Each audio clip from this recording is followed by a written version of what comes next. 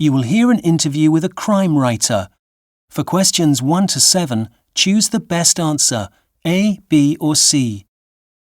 With us today is local crime writer Justin Blakelock. Justin, perhaps I should begin by asking you why you decided to write crime fiction rather than any other genre. Whenever I'm asked that question, people think I'm going to say it's because I've always loved reading crime novels. Well, I have, but I'm actually much more of a science fiction fan than anything else, and that's the kind of thing I was writing when I first started out as an author. But then my editor, an ex-policewoman, curiously enough, saw elements of crime writing in my work, and she gently pushed me in that direction. And was it her idea to set your novels here in Brighton? No, that was mine. Firstly, because I love the place so much, and despite the crime theme, I do try to show it in a positive light.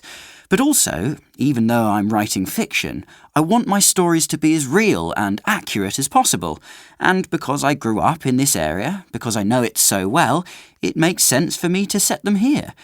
There are too many novels that lack credibility because they're set in fictional places, or they're set in real places which are not accurately described. You show 2 versions of Brighton in your books, don't you? That's right.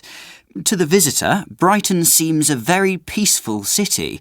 It has this gentle, calm exterior, the very solid seafront buildings and pleasant shopping streets. But like many other cities, it has its darker, more criminal places, the run-down buildings and areas that the tourist rarely sees. And that's also true of many of the characters I create. At first, they seem to be very gentle, very pleasant people, but there's something darker, more criminal hiding below the surface. And how about your protagonist, Detective Inspector George Trent? He's a little more straightforward, isn't he? Yes, he is. He does have the occasional moment when he surprises everyone. If not, he'd be too dull. But essentially, what you see is what you get with George. He's very scruffy, slightly overweight, and completely disorganised. He doesn't worry about things like dressing up or combing his hair.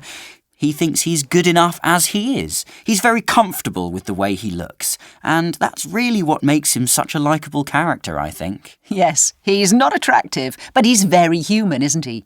Now, Justin, you have a very popular website. Can you tell us about that? Yes, sure. Well, the original idea behind the site was to get my name out there more and promote my books. But it gradually evolved into a blog, usually articles aimed at crime writers who were just getting started. And then other established authors began reading and commenting on my posts, and now it's effectively become a forum, a kind of debating club. Can you give us an example of the kind of advice you give? Well, I've just posted a list of things you should remember to include in a crime novel. So, for example, make sure your detectives have enough paperwork to keep them busy. Real detectives have loads to do, so your fictional ones should be doing their fair share too. To be honest, it's the kind of thing writers ought to pick up themselves by watching what goes on in a police station. There's absolutely no substitute for that.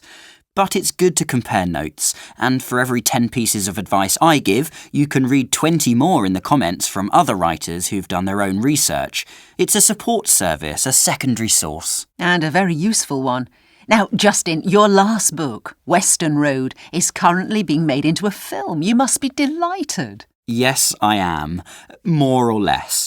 The American producers wanted to move the action to Chicago, but I made it a condition that it had to be filmed in Brighton with British actors. I only wish I'd insisted on having more control over the script. It moves too fast for my liking. But that's the film world for you. What can you do? Not much, I guess.